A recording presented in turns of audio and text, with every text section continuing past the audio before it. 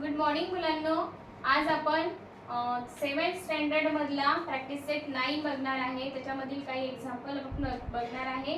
त्याआधी तर आपण इंटेजर मधला म्हणजे की हा जो थर्ड लेसन आहे, थर्ड लेसन मधला इंटेजरचे मल्टिप्लिकेशन अँड डिव्हिजन.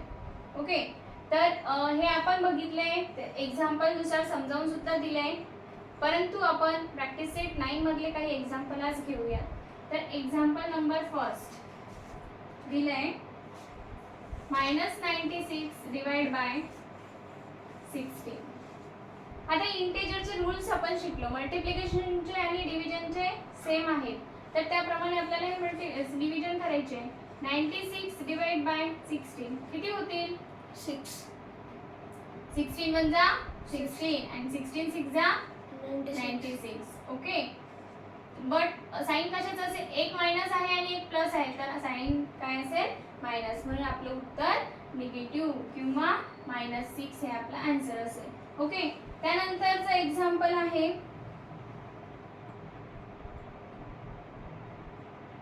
आपण एखादं दुसरं एक्झाम्पल बघूया.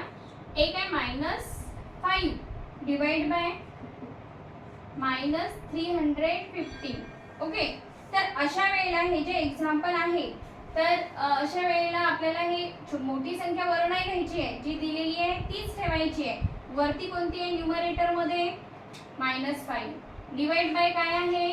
-350. तर आपल्याला यालाच डिवाइड करायचं आहे. डिवाइड करून दोन्हीही मायनस असल्यामुळे आपला आन्सर काय असेल?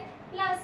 कारण आपण शिकलेलो आहोत किंवा ऑलरेडी आपल्याला रूल माहिती आहेत की जर का इक्वल साइन असेल तर आन्सर पॉझिटिव्ह, ते मायनस असो की प्लस असो. ओके, तर याला आपल्याला डिवाइड करताना 5 नी डिवाइड होईल. 5 1 जा 5, 5 6 जा 30 आणि 5 3 जा 15. 31 मधले 30 गेले तर इथं 1 राहतो, इथं 15 होतात, मग त्या 5 3 जा 15. सो आपला आन्सर 1/63. पण ते कसे? तर पॉझिटिव्ह. ओके, अशा प्रकारे हे आन्सर क्वेश्चन नंबर फर्स्ट आहे.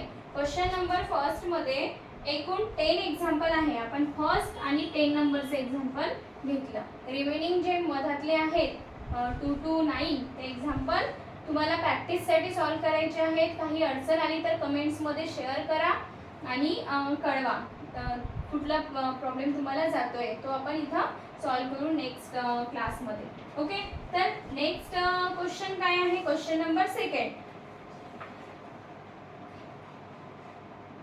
Write 3 division of integers such that the fraction form of each will 24/5.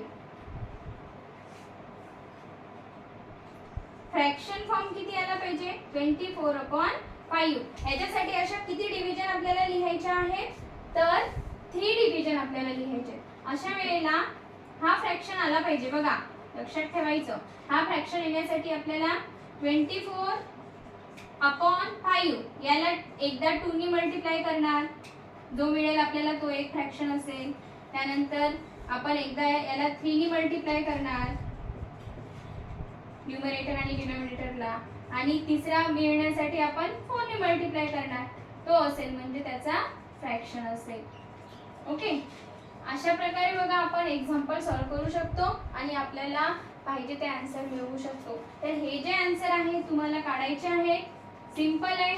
याचं मल्टिप्लिकेशन करून जे आन्सर येईल ते आपला आन्सर असेल आणि आपल्याला जे क्वेश्चन मध्ये विचारलेले आहे 3 फ्रॅक्शन ते आपल्याला इझिली मिळतील. तर अशा प्रकारे 2 क्वेश्चन आपण बघितलेले आहे. 2 म्हणजे त्याच्यामध्ये एकूण क्वेश्चन आहे 3. तर सेम याच्या सेकंड क्वेश्चन सारखेच तिसरा प्रश्न आहे, तर तो सुद्धा तुम्हाला प्रॅक्टिससाठी घरी करता येईल. न आल्यास तुम्ही कमेंट्स करून कळवा, आपण तो सुद्धा क्वेश्चन इथं घेऊया. बट प्रॅक्टिस गरजेची आहे. तुम्ही नित्यनेमाने जर का सराव केला आणि एक्झाम्पल करून आले तरच तुम्हाला अडचणी येतील आणि त्या अडचणी दूर करण्यासाठी तर आपण आहेच. ओके, तर अशा प्रकारे हे जर एक्झाम्पल तुम्हाला समजले असतील तर प्लीज हा जो व्हिडिओ आहे, जे विद्यार्थी आहेत समजण्यासाठी थोडा प्रॉब्लेम जातो त्यांना शेअर करा आणि चॅनलला सबस्क्राईब करा, जेणेकरून बऱ्याच मुलांपर्यंत हे व्हिडिओ पण पोहोचतील आणि त्यांना यांचा बेनिफिट घेता येईल. तर बाकीचं उद्या बघूया.